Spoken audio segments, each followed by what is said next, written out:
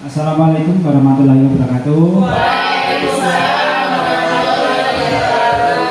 Baik, di sini saya akan menjelaskan tentang tugas saya dari PKG PJOK tentang tugas rencana tindak lanjut yang akan saya lakukan nanti di sekolah. Di sini saya menggunakan model SEM, yaitu Sport Education Model. Di sini saya nanti akan membahas tentang permainan gobak sodor. Ya, tentunya ini dengan bangunlah jiwa raganya dengan temanya. Sebelumnya mohon untuk mengisi daftar absen dulu Bu Dewi. Sambil itu saya lanjutkan untuk menerangkan. Nah, di sini saya nanti akan membangun lagi tentang permainan gobak sodor yang dulunya sempat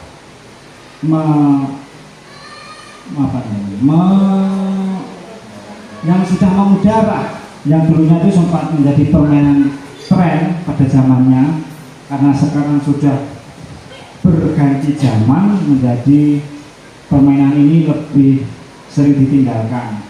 Dengan adanya rencana tindak lanjut ini, saya harapkan nanti anak-anak bisa memainkan permainan gobak sodor ini dengan mandiri dan gotong royong. Selanjutnya untuk latar belakang dari rencana tindak lanjut yang kedua ini, latar belakangnya dalam program ini kami akan menghidupkan kembali permainan tradisional gobak sodor dengan pendekatan sport education model. Nantinya suara peserta didik akan didengar dalam pemilihan tim, strategi permainan dan aturan yang disepakati bersama. Pilihan akan diberikan kepada peserta didik untuk mengembangkan kreativitas dalam modifikasi permainan. Kepemilikan dan dibangun melalui proses pembelajaran sepanjang hayat, di mana peserta didik nanti akan menjadi aktor dalam permainan gobak sodor untuk mencapai tujuan pembelajaran. Nah, selanjutnya untuk konteks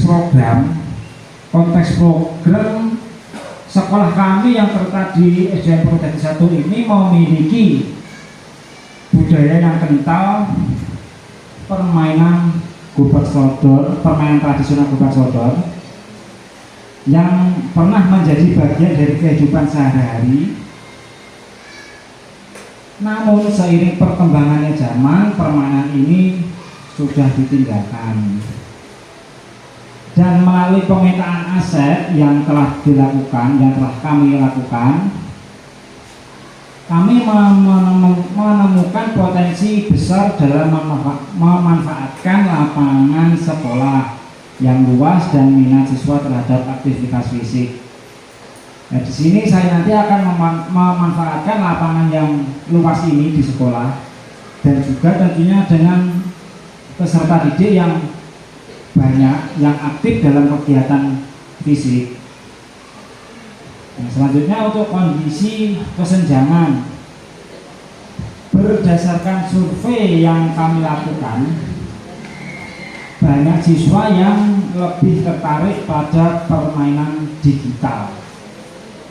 Misalkan untuk saat ini banyak anak-anak yang sudah memainkan atau memegang HP.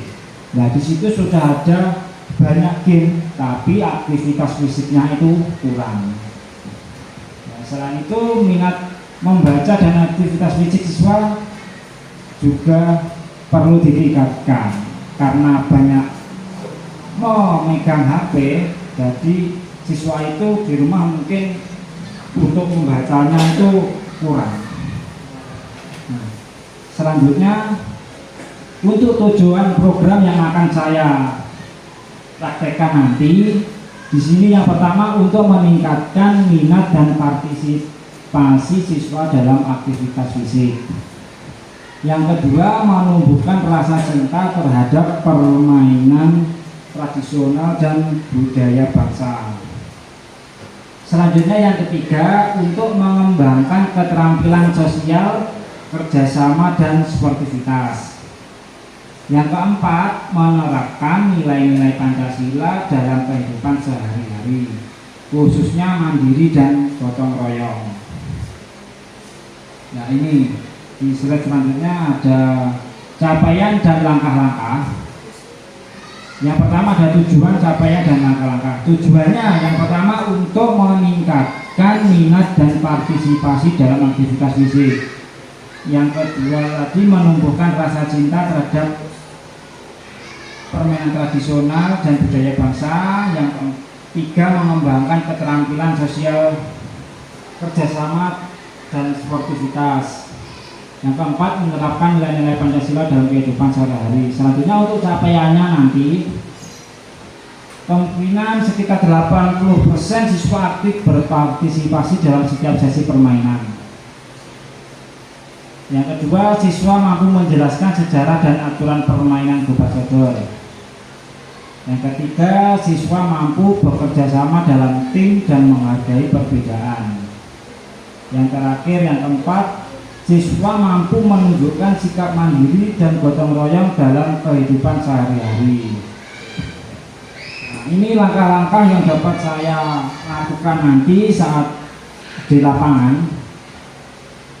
Bisa untuk pembentukan tim, terus membuat latihan dasar dan pertandingan persahabatan. Mungkin ini nanti untuk persahabatannya bisa dilakukan antar kelas, juga bisa antar sekolah juga bisa. Tapi ini tentunya perlu latihan yang banyak supaya permainan ini bisa dipahami oleh anak-anak. Sering-sering melakukan pertandingan. Selanjutnya untuk langkahnya selanjutnya diskusi kelompok, presentasi, dan pembuatan poster. Yang ketiga pembentukan tim. Terus dilanjut dengan refleksi setelah permainan dan pemberian penghargaan. Yang terakhir diskusi kelompok, role playing, dan pembuatan karya tulis. Selanjutnya ini untuk struktur program dan mitra. Strukturnya pembelajaran dilakukan secara tematik,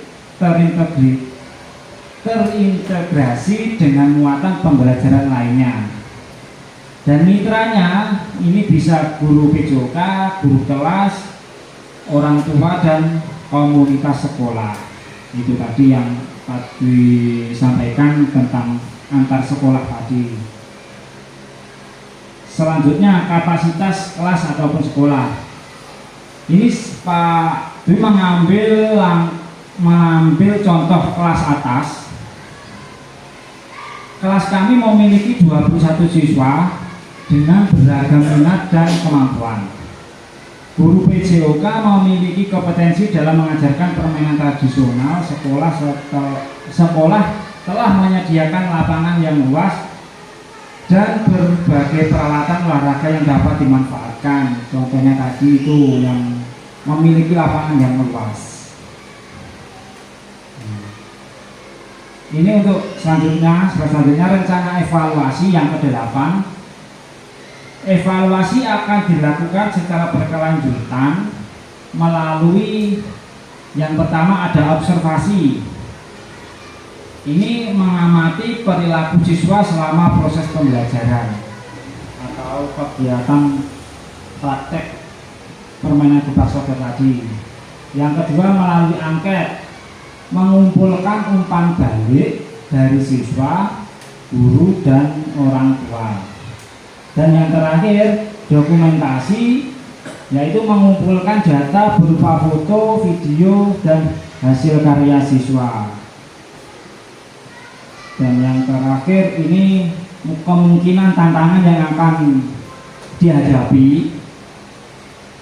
di sekolah tentang permainan Gobak Sodor. Yang pertama minat siswa, minat yang berbeda-beda dari peserta didik. Ini juga termasuk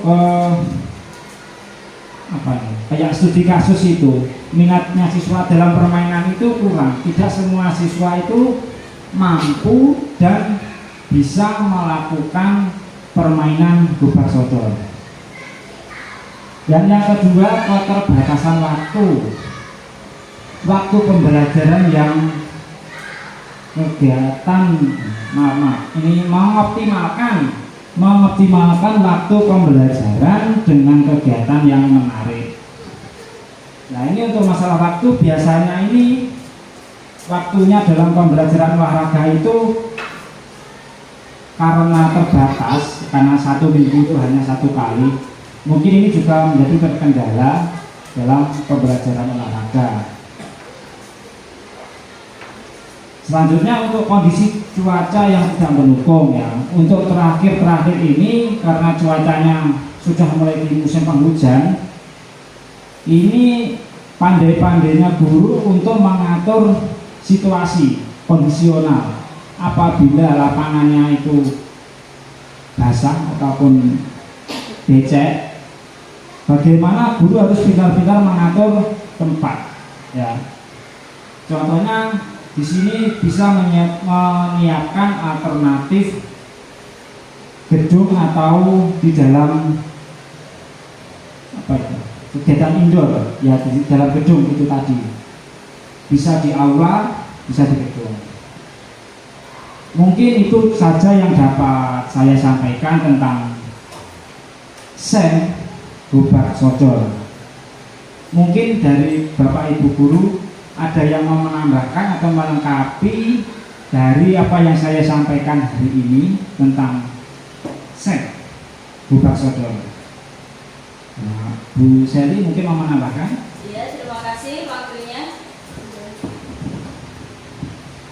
Iya, terima kasih waktunya. Saya sangat mengapresiasi ya, gobak sodor ini sangat bagus sekali untuk menumbuhkan lagi kecintaan anak-anak terhadap permainan tradisional. Mungkin Pak Dwi menambahkan sedikit, mungkin nanti dari teman-teman guru kelas, karena ini terintegrasi dengan mata pelajaran, mungkin bisa kita masukkan di pembelajaran bahasa Indonesia nanti tentang mencari informasi dalam berbagai bentuk media. Mungkin anak-anak bisa membuat clipping tentang gobak sodor, aturan-aturannya dan permainan-permainan tradisional lainnya, itu untuk menambah literasi anak-anak. Dan nanti kan di akhirnya kan kita harus mengumpulkan hasil karya. Nah, clipping itu nanti bisa digunakan untuk bukti karya siswa anak. Dan selain itu nanti jadi tujuannya bisa bertambah lagi, meningkatkan literasi anak tentang permainan tradisional. Begitu. Terima kasih. Terima kasih Bu Jali yang sudah mau menambahkan. Berarti ini nanti ada timbal baliknya antara pembelajaran di lapangan maupun di kelas, ada korelasinya seperti itu. Terima kasih untuk hari ini yang dapat saya sampaikan. Sekian, wassalamualaikum warahmatullahi wabarakatuh. Waalaikumsalam warahmatullahi wabarakatuh.